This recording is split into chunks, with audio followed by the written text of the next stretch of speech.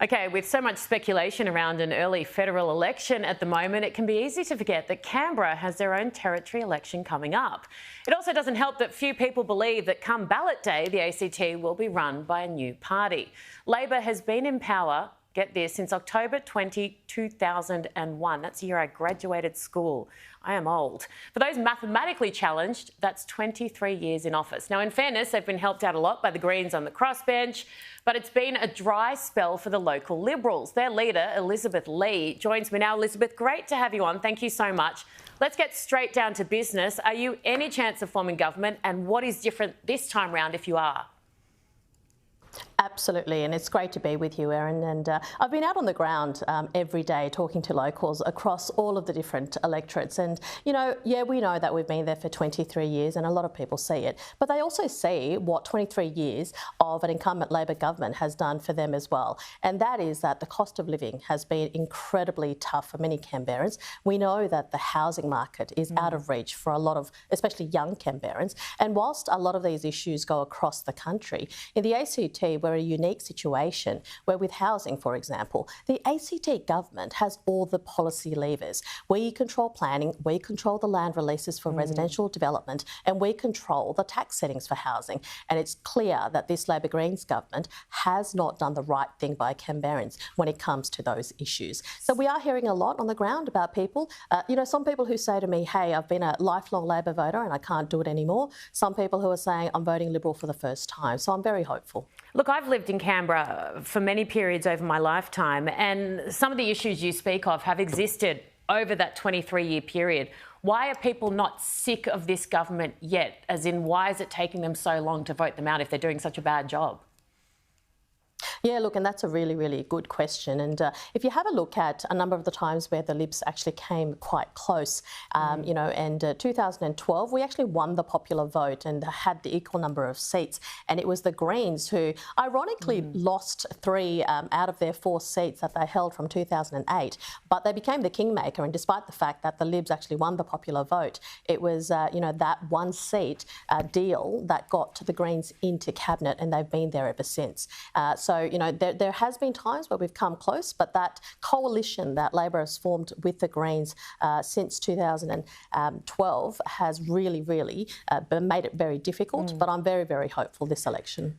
Okay, I'm going to ask you something that US presidential candidate Kamala Harris can't answer, and that is specifically, what will you do to improve the lives of people in the ACT if you're elected? Yeah, that's a really good question. I want to be a leader government that is actually always going to put Canberrans at the centre of government. We know that this government has not done that for a long time. I want to focus on essential government services. Let's get back to the bread and butter of what a local government should do, and that's to focus on health, on education, on housing, community safety and the maintenance of our suburbs. I'll tell you, Erin, the number of times that people come and chat to me and their biggest bugbear is the fact that there's this, you know, pothole that has not been fixed for about 2 or 3 years. And they say, look, this is bread and butter for a local government, and it's really important that we get that right. And there is this sense out there that this current Labor Greens government has really abandoned a lot of Canberrans and their everyday needs, especially those that are living out in the suburbs. Like any normal election campaign, it hasn't been completely smooth sailing for you. Some controversial headlines, a couple of candidates not helping you out too much there. Is all in order in your own backyard? Yeah, look, and that's a really important question. We did have to disendorse, unfortunately, a sitting MLA, and the reason is, and the party made it incredibly clear, that we have zero tolerance for behaviour that we do deem to be unacceptable in any workplace. And also there was some very, very serious question marks about breaches of the Electoral Act, which of course are obligations that we take very, very seriously. And there was a decision that was made. It was a difficult one, but we knew that we had to stand up and make the right call. I mean, this is about making sure that we do the right thing by Canberrans, and that's the step that we have taken. The other aspect, of course, is that we need to ensure that Canberrans are voting for people that they can trust. And, you know, I have every confidence that the team that I lead to the election in less than 4 weeks away is going to be the team that is going to be the voice for Canberrans who are everyday lives. going through the cost of living crisis, struggling to, put food on the table, want to access housing, especially for the young Canberrans, and focusing on health and education. And those are some of the things that we hear every day out on the campaign trail.